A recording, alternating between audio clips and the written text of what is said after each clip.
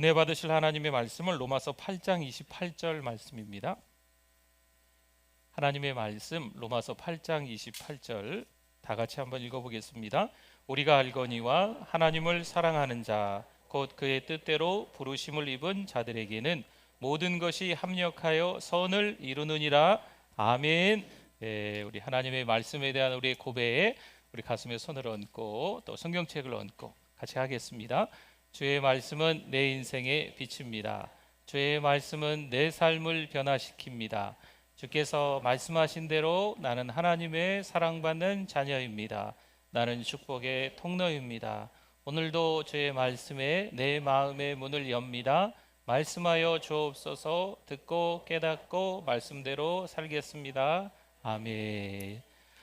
늘 우리 찬양대에 은혜를 받지만 오늘은 더 은혜를 받은 것 같습니다. 그렇죠? 네, 우리 한 번만 더 우리 하나님께 영광. 네, 감사합니다. 네, 네, 감사합니다. 우리 어제도 보니까 우리 청년들이 근처 교회 제이어스라는 찬양팀이 있어요. 전국 순회 공연을 하는데 우리 청년들도 갔다 온 것 같더라고요. 이 찬양 한 곡이요, 이 기름 부으심이 강력합니다. 또 우리 은혜 찬양대 아름다운 이 하나님 앞에 올려드리는 찬양을 통해서 은혜 받으신 줄 믿습니다. 네, 우리 옆에 서로 한번 보시면서 앞뒤분 보시면서 인사 한번 나눠 볼까요? 잘 오셨습니다. 은혜 많이 받으세요. 네, 네, 할렐루야. 네. 숫자 7을 아시죠? 네, 숫자 7 좋아하십니까? 럭키 세븐 뭐 이렇게 행운의 숫자 이렇게 이야기하는 것 같기도 합니다. 그런데 또 동아프리카의 뭐 소말리아, 뭐 케냐 뭐 이런 나라들 쪽에서는 이 숫자가 좀 안 좋은 의미의 숫자, 불길한 숫자로 여긴다고 하네요. 숫자 4 역시 이제 우리나라에서는 별로 그렇게 안 좋게 여기잖아요. 엘리베이터를 타도 4층이 없어요. 네, 네. 그런 경우들도 있고, 그런데 고대 그리스에서는 이 4를 성스러운 숫자로 또 여겼다고 합니다. 또 어떤 나라 보니까 8을 그렇게 좋아해요. 8. 네, 8. 그래서 뭐 계산을 해도 8이 떨어지게끔 이렇게 계산을 한다거나 뭐 이렇게 8을 좋아해요. 8이라는 그 의미가 재산을 모은다라는 의미가 아마 좀 포함되어져 있는 것 같아요. 그래서 8을 좀 행운의 숫자, 좀 길한 숫자로 보는 것 같습니다. 살다가 좋은 일이 있으면 오늘 참 운이 좋다 이렇게 많이들 이야기하는 것 같습니다. 운이 좋아서일까요? 심지어 운에 관계된 상징물을 지니고 다니는 사람들도 좀 꽤나 있습니다. 그런 거 있잖아요. 뭐 항상 가지고 다녀야 되는 거. 네, 그거 없으면 왠지 조금, 네, 조금 그런 거 있잖아요.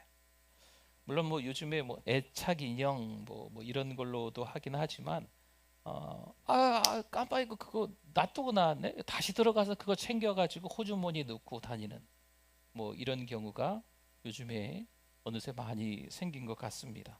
세상이 많이 변했죠. 실체 없는 그 힘을 갖고 싶다는 욕구가 우리 삶의 많은 부분을 차지하게 됐습니다. 왠지 그게 있으면 좀 위로가 되는 것 같고 좀 힘이 되는 것 같고 뭐 이렇게 생각하는 거죠. 하지만 운을 바라는 것은 우상을 바라보는 것과 같습니다. 하나님이 아닌 다른 사람이나 다른 힘을 의지하면 이것은 뭐라고 한다고요? 우상입니다. 하나님이 아닌 운에 믿음과 소망을 두게 하려는 이 사탄의 전략입니다. 어느새 세상이 많이 변해서 우리 기독교인들도 신자들 또한 뭔가 이게 애착하고 있는 것이 있어요. 나만이 좀 가지고 소유하고 있는 것들이 좀 생겨버렸다는 거죠. 누구나 인생을 살아가면서 경험할 텐데 왜 그토록 우리의 삶이 꼬일까요? 정말 실망스럽고 짜증납니다. 혼란스럽기까지 한 거죠. 그런데 그 탈출구를 하나님에게서 찾지 않고 수많은 사람들이 어떤 운의 힘으로 자기가 뭔가 가지고 있는 소유물로 인해서 해결하려고 한다는 거죠. 그럼 모함으로 감옥에 갇혀 있는 요셉은 어떻게 했을까요? 요셉이 감옥 안에서 난 이제 풀려날 거야. 난 자유다. 난 풀려날 거야. 난 자유다. 그렇게 반복해서 말하는 시간을 좀 가졌을까요? 명상하면서 반드시 내가 여길 극복해야지, 이 긍정적인 생각, 긍정의 힘으로 감옥 안에서 그렇게 보냈을까요? 물론 자신의 그 마음을 다독이는 것은 괜찮겠지요. 그 마음을 다독이는 거야 뭐 누가 뭐라 하겠습니까? 하지만 자칫 자기의 힘을 의지하면 여러분 그건 역시 우상이 되어버립니다. 요셉의 감옥 생활을 한번 들여다보면 좀 더 분명해지는데요. 창세기 39장 21절과 23절에 보면 여호와께서, 누가요? 여호와께서 요셉과 함께 하시고, 지금 감옥 안에서 이야기하는 겁니다. 그에게 인자를 더하사 간수장에게 은혜를 받게 하시며, 23절에 보면 간수장은 그의 손에 맡긴 것을 무엇이든지 살펴보지 아니하였으니 이는 누가요? 여호와께서 요셉과 함께 하심이라. 여호와께서 그를 범사에 형통하게 하셨더라. 아멘. 누가 함께 하셨다고요? 비록 감옥에 갇혀 있지만 여호와께서 함께 하신 거죠. 여호와께서 함께 하셨다, 인자를 베푸셨다, 은혜를 베푸셨다, 여호와께서 형통하게 하셨다. 요셉에게 함께 해주신 분이 누구예요? 그렇죠, 여호와죠. 하나님이시라는 겁니다. 요셉을 감옥에 나오게 한 것은요, 요셉이 운이 좋아서, 요셉이 뭔가를 좀 열심히 좀 되뇌이고 뭔가 긍정적으로 생각해서 그렇게 나온 게 아니에요. 누가 함께 하셨다고요? 여호와께서 함께 하신 줄 믿습니다. 정말 요셉의 인생은 실망 그 자체입니다. 짜증스러운 인생이에요. 요셉의 인생은요, 혼란스럽기까지 합니다. 그런 요셉을 처음부터 끝까지 계획하고 조율하신 분은 누구십니까? 하나님이시죠. 여호와 하나님이신 줄 믿습니다. 스데반 집사님마저 요셉의 삶을 이렇게 명료하게 말합니다. 사도행전 7장 9절과 10절에 보니까요, 여러 조상이 요셉을 시기하여 애굽에 팔았더니 누가요? 하나님이 그와 함께 계셔 그 모든 환난에서 건져내사 애굽 왕 바로 앞에서 은총과 지혜를 주심에 바로가 그를 애굽과 자기 온 집의 통치자로 세웠느니라. 아멘. 요셉에게 누가 함께 하셨다고요? 하나님이 함께 하셨다는 거죠. 이 사도행전 7장은요 스데반 집사님의 명설교입니다. 신앙의 선배들에 대해서 한 분 한 분 이름을 거론하면서 정말 은혜스럽게, 좀 난해하긴 하지만 말씀을 전하는데, 요셉 이야기를 할 때는 명료하게 그 한마디를 하는 거예요. 여호와께서 함께 계셨다라는 거죠. 하나님은 요셉을 위해 모든 상황을 주권적으로 다스리셨습니다. 과연 운일까요? 어쩌다 우연히 하나님이 요셉과 함께 하셔서 요셉의 인생을 그렇게 운이 좋아서 그렇게 인도하신 걸까요? 아닙니다. 하나님의 섭리인 줄 믿습니다. 그럼 요셉이 한 게 있을까요? 감옥 안에서 뭘 했겠어요? 할 수 있는 게 뭐가 있겠어요? 아무것도 없어요. 디모데전서 6장 15절 말씀에 기약이 이르면, 때가 이르면 하나님이 그의 나타나심을 보이시리니 하나님은 복되시고 유일하신 주권자이시며 만왕의 왕이시며 만주의 주시오. 아멘. 우리 인생이 힘으로 해결되는 게 아닙니다. 우리의 인생이 어떤 재능으로 해결되는 게 아닙니다. 우리의 인생이 돈으로, 어떤 경험으로 해결되는 게 아니라는 거죠. 부모가 우리의 인생을 정할까요? 그렇지 않습니다. 직장의 상사가 우리의 인생을 정할까요? 그렇지 않습니다. 여러분, 가지고 있는 재물이 앞으로 우리의 인생을 정할 수 있을까요? 그것도 아니에요. 하나님이 최종적인 결정권자이신 줄 믿습니다. 하나님의 주권 밖에 있는 것은요 아무것도 없어요. 다 하나님의 주권 안에 있는 거예요. 하나님이 다스리지 않는 사건은 단 하나도 없습니다. 에베소서 1장 11절 말씀에 모든 일을 그의 뜻대로 결정대로 일하시는 이의 계획을 따라 우리가 예정을 입어 그 안에서 기업이 되었으니 아멘. 하나님의 계획이 결코 무산될 수 없습니다. 하나님은 정하셨으면 하나님의 정한 바대로 그 일을 진행하시는 거예요. 왜 우리가 운이라고 부르는 걸까요? 여러분, 운이 아닙니다. 어쩌다 운 좋게 이렇게 됐네, 아니에요. 요셉은 채색 옷을 입고 유복하게 살다가요, 어느 날 채색 옷이 다 벗겨지고 구덩이에 던져집니다. 노예이지만 신임받고 일하다가 갑자기 누명 쓰고 감옥에까지 갇히는 신세가 되어버렸습니다. 그곳에서 도움을 주었던 사람에게는요, 잊혀졌다가 갑자기 말끔히 씻고 면도를 하고 왕궁에서 바로왕 앞에 서게 되는 일이 일어납니다. 이야, 이 사람만큼 운 나쁜 사람이 있을까 였는데, 이제는 이 사람만큼 운 좋은 사람이 있을까 싶은 거죠.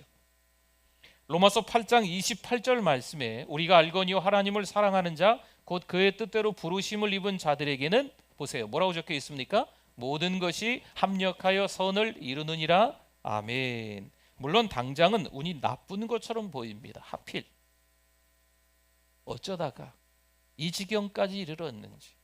하지만 요셉을 이끄시는 하나님의 주권적인 역사가 반드시 있는 줄 믿습니다. 요셉만 그럴까요? 그렇지 않습니다.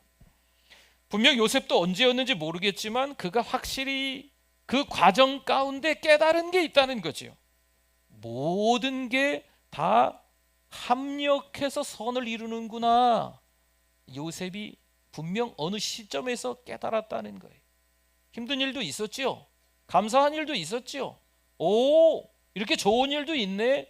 야, 이렇게 고생스러운 일도 있네. 영이 고난에서는 헤어나오지 못하겠구나. 그러나 요셉이 어느 날 이러한 모든 것들이 합력하여 선을 이루겠구나라는 것을 깨달은 시점이 있다는 거죠.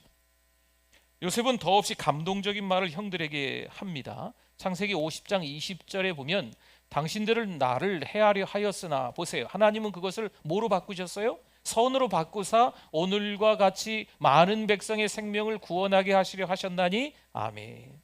하나님이 일부러 이 일을 버리셨다, 이렇게도 해석할 수 있어요. 하나님께서 일부러 요셉을 이 지경까지 이렇게 하셨다. 참, 운 나쁜 사람 중에 요셉만큼 운 나쁜 사람이 있을까? 하나님이 이렇게 만들어 놓으셨다 해도 틀린 말이 아니라는 거죠. 지지리도 운도 없는 요셉처럼 보였지만 이건 뭐였습니까? 하나님의 손길이었습니다. 하나님의 섭리였다는 거죠. 우리 인생을 운으로 보지 마시고 하나님의 섭리로 봐야 될 줄 믿습니다. 하나님의 섭리로 보면 달리 보이는 거예요. 여러분, 안경을 쓰고 있는 사람들은요, 안경을 벗으면 뵈는 게 없습니다. 근데 안경을 쓰면 잘 보이죠. 사람이 글자가 잘 보이는 거죠. 근데 안경을 벗으면 뵈는 게 없습니다. 하나님의 시각으로 보면 달리 보인다는 거예요. 세상의 방법으로, 세상이 말하는 것으로 보면 캄캄해요. 도무지 끝이 없어 보이는 동굴에 갇혀 있는 것 같아요. 그러나 하나님의 시각으로 바라보면 모든 것이 합력하여 선을 이루는 줄 믿습니다. 분명 초조하고 불안한 일입니다. 하지만 평안할 수 있습니다. 원래는 근심하고 걱정해야 맞지만 그러나 담대하게 반응할 수 있습니다. 전에는 원망과 후회를 분명 했겠지만 이제는 모든 것이 합력하여 선을 이룬다라는 것을 깨달은 시점 이후서부터는요, 감사를 하게 되는 거예요. 왜죠? 하나님의 손길을 배웠기 때문에. 목회를 하면서 고마운 사람들을 참 많이 만나고 있습니다. 오늘 이 시간 예배드리는 여러분들도 한 분 한 분 제가 감사합니다, 고맙습니다 하고 싶습니다. 정말 감사합니다. 고마운 분들, 감사한 분들을 참 많이 만나는 것 같아요. 그런데 아닌 경우도 있어요. 만나고 싶지 않은 사람들도 많이 만나게 됩니다. 참 복잡한 인생사인 것 같습니다. 어쩌다가 하필 이런 사람을 만나서 고생했을까? 우연한 만남처럼 보입니다. 그랬을까요? 그런 사람을 좀 안 만났으면 더 좋았으련만. 이게 맞는 표현일까요? 하나님의 목적과 계획에 따라 하나하나 그 과정 다 이루어진 일인 줄 믿습니다. 태국 선교지에 갔더니요, 우리나라하고 운전석이 반대예요. 선교사님이 운전하고 저는 그 운전석 옆에 앉았습니다. 우리나라로 치면 제가 운전석에 앉아 있는 거예요. 이 차가 가는데 제가 커브를 털어야 될 것 같은 거예요. 제가 운전석에 앉아 있으니까. 앞에 차가 있는데 선교사님이 브레이크를 안 잡아요. 그럼 제가 다리로 브레이크를 막 잡고. 저는 이게 미리 브레이크를 잡는 스타일이거든요. 미리 멀찌감치 떨어져서 막 세우니까 너무 이게 당황스러운 거죠. 하지만 진짜 운전은 지금 제가 하고 있는 게 아니고 선교사님이 하고 있잖아요, 그렇죠? 저는 이게 운전석이 반대니까 차들도 다 반대로 달리는 거예요. 네, 역주행한다고 하죠. 마주오는 차하고 부딪힐 것 같은 느낌?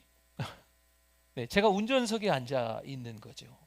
운전은 선교사님이 반대편에서 하고 있는데 우리나라로 치면 제가 운전석에 앉아 있으니까 반대 차선으로 가니까 너무 불안한 거예요. 처음에 말해, 처음에. 운전은 누가 하고 있어요? 선교사님이 하고 있습니다. 하나님이 역사의 운전석에 앉아 계신 줄 믿습니다. 하나님은 우리를 넓은 고속도로로 이끄실 때가 있으시지요. 물론 때로는 후미진 샛길로 이 길은 좀 가지 않았으면 좋겠는데, 근데 그 길로 인도하실 때도 하나님은 분명히 있으십니다. 우리가 생각하기에는 이 길은 아닌데 잘못된 방향으로 가는 것처럼 보이기도 합니다. 우리가 생각하기에는, 우리의 머리로 생각하기에는, 우리의 경험으로 생각하기에는 이 길은 아닌데 하는 길로도 하나님이 이끄실 때가 있는 거죠. 우리의 눈에 어떻게 보이든 하나님의 의도는요, 흠이 없습니다. 그 하나님의 계획에는요, 완벽한 거예요. 고속도로로 가시던 후미진 샛길로, 포장도 안 된 도로 쿵쾅쿵쾅하는 그 길로 가시던 하나님의 계획은 완벽하다는 것을 깨닫기를 바랍니다. 하나님의 섭리가 인생의 대로에서만 나타나는 것은 아닙니다. 물론 큰일을 겪으면서 하나님의 손길이 더 분명히 느껴지기도 합니다. 하지만 그분은 더없이 아주 작은 부분에서도 촘촘하게 세세하게 조율하시는 분인 줄 믿습니다. 하나님은 우리의 머리카락 개수까지도 다 세시잖아요. 여러분은 셀 수 있습니까? 셀 수 없어요. 참새 한 마리가 나무에서 떨어지는 것도 하나님은 아십니다. 그러니 우리가 인생을 바라보는 시각이 달라져야지요. 우리의 눈으로 보는 것이 아니고, 우리의 머리로 생각하는 것이 아니고, 우리의 마음으로 느끼는 것이 아니고 하나님의 시각으로 바라봐야 될 줄 믿습니다. 사탄은 우리를 해치려고 호시탐탐 노리고 있습니다. 하지만 사탄마저도 하나님의 주권적인 그 통치 아래에 있습니다. 하나님의 허락을 받아야 된다는 거죠. 사탄은 요셉이 10대 시절에 꾸었던 원대한 꿈을 완전히 이제는 내가 산산조각 냈다 생각했겠죠. 이 사탄의 생각이에요. 요셉의 형들마저도요, 그렇게 생각했을 수 있습니다. 하지만 그들이 악하게 꾸몄던 일을 하나님은 어떻게 바꾸셨을까요? 선하게 바꾸셨어요. 선으로 바꾸사. 저런, 이렇게 될 줄 몰랐네. 내가 실수했네. 하나님이 이러실까요? 하나님이 그러지 않으세요. 어떻게 하다 보니까 이렇게 됐어, 미안해. 하나님이 우리한테 이러실까요? 그런 분 없는 거예요. 우리에게 일어나는 정말 충격적인 일들이 있습니다. 황당무계한 일들도 경험하게 되지요. 그러나 하나님은 충격받지 않으십니다. 하나님에게는 황당한 일이 없어요. 왜냐? 하나님의 뜻 밖에서 일어나는 일은 단 하나도 없기 때문입니다. 로마서 11장 33절 말씀에 같이 한번 읽어보겠습니다. 깊도다 하나님의 지혜와 지식의 풍성함이요 그의 판단은 헤아리지 못할 것이며 그의 길은 찾지 못할 것이로다. 아멘. 하나님의 길은요, 우리가 찾지 못합니다. 내 인생의 길도 찾지 못해요. 누군가에게 물어봐도 소용없습니다. 하나님이 우리 삶에 어떤 역사를 어떻게 펼치실지, 어떤 계획이 있는지 우리가 모르는 게 당연해요. 하나님의 뜻? 모르겠어. 이해가 안 돼. 여러분, 이건 당연합니다. 우리의 이해력으로는 하나님의 길을 헤아릴 수가 없습니다. 만약에 우리가 하나님의 뜻을 이해했다면 더 이상 그분은 하나님이 아니십니다. 하나님의 길은 우리의 길이 아니며 그분의 생각은 우리의 생각보다 훨씬 더 높기 때문입니다. 우리는 하나님이 말씀해 주시는 것만 이해할 수 있습니다. 이게 더 정답이죠. 올바른 표현이죠. 우리가 뭔가를 이해한 것 같아요. 하나님의 뜻을 아는 것 같아요. 요즘 공동체 성경 읽기 많은 분들이 참여해서 매일같이 지금 성경을 지금 읽고 있잖아요. 여러분, 하나님의 말씀을 읽어가면서 말씀 속에 이렇게 나와 있네. 하나님 앞에 회개하는 거죠. 말씀 속에 이렇게 나와 있네. 내 삶을 이렇게 살아야 되겠구나. 또 말씀을 붙들고 기도하면서 하나님의 뜻은 이거이구나 라는 그런 깨달음이 막 오실 거예요. 그런 은혜가 있으실 거예요. 그런 은혜를 가족들과 사랑방 식구들과 성도들과 막 나누게 되실 거예요. 그런데 이게 좀 더 올바른 표현은요, 하나님이 이해하게끔 만들어 주시는 것만 우리가 이해한다는 거죠. 우리가 하나님의 그 원대한 큰 계획과 뜻을 알 수가 있다 없다? 없다.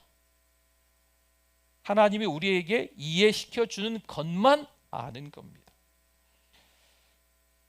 부모가 어린 자녀에게 모든 것을 말해주지는 않습니다. 땡꼬마 아이들에게 뭘 다 말해주겠어요? 말해줘도 얘네들은 이해할 수 없는 게 많습니다. 하나님도 우리에게 전부 알려주시지는 않습니다. 알려주신다고 생각해 볼까요? 우리가 다 이해할 수 있을까요? 이해 못합니다. 하나님이 왜 우리 삶의 방향을 갑자기 트시고 방황하게 만드시는지 우리로서는 완벽하게 이해하거나 해석할 수 없습니다. 하나님 왜 그러세요? 하나님 이러실 수 있어요? 하나님 이거 너무하신 거 아니에요? 여러분, 때는 우리가 기도하다가 이렇게 하나님 앞에 말할 때도 있잖아요. 왜 그렇게 되나요? 우리의 생각으로는요, 우리의 머리로는, 우리의 경험으로는 도무지 이해가 안 되는 거예요. 하나님이 그거 이해 못하시게 만드신 거죠. 성도 여러분, 그럼 여기서 우리에게 무엇이 요구될까요? 믿음입니다. 믿음 없이는 하나님을 기쁘시게 할 수 없는 줄 믿습니다. 인생이 왜 힘들지 않겠나요? 얄밉고 꼴보기 싫은 사람이 왜 없겠나요? 그래도 우리 인생의 길에 하나님을 믿고 포기하지 말아야 합니다. 분명 하나님께서 역사의 운전석에 앉아 계십니다. 내가 원하지 않는 길로 가는 것 같아도 차에서 내리면 될까요? 안 됩니다. 역주행하는 것 같아도 차에서 내리면 안 됩니다. 내가 브레이크를 밟는다고 해서 밟힐까요? 아니에요. 운전석에 앉아 계시는 분은 하나님이세요. 이 역사의 모든 수레바퀴는요, 헤게모니는 다 하나님이 주관하시는 거예요. 절대 주권은 누구에게 있다? 하나님께 있는 줄 믿습니다. 내 마음대로 브레이크를 잡을 수도 없어요. 내 자리에는 브레이크가 없어요. 한참 하나님이 운행하시는데 차문 열고 뛰어내리면 안 돼요. 하나님이 반드시 우리를 이끌어 주시는 줄 믿습니다. 고속도로로, 때로는 후미진 샛길로 하나님이 인도하세요. 생각보다 목적지가 더 가까이에 있을지도 모릅니다. 사랑하는 성도 여러분, 믿음을 가지세요.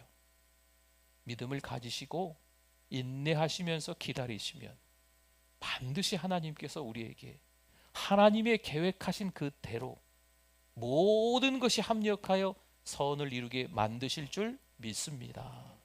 우리 이 시간 기도할까요? 오늘 말씀 생각하면서 우리 주여 한번 부르짖고 기도하겠습니다. 주여, 하나님 아버지 은혜를 감사합니다. 오늘 이 아침에도 하나님의 말씀을 통해서 깨닫게 하시니 감사합니다. 말씀을 전하는 설교자가 깨닫게 해주셔서 감사합니다. 은혜 받은 말씀으로 성도들과 나누게 해주셔서 감사합니다. 사랑하는 성도들도 하나님께서 넓은 길로, 때로는 좁은 길로, 때로는 길 같지도 않은 길로 하나님이 이끌어 가실지라도 하나님의 역사하심, 하나님의 주권, 하나님의 절대 주권을 인정하고 하나님의 말씀대로 살아가는 우리들 되게 하여 주시옵소서. 말씀과 기도로 균형 있게 살아가는 우리들 되게 해 주실 줄 믿습니다. 하나님 아버지 감사합니다. 성령 충만으로 살아가게 하여 주시옵소서.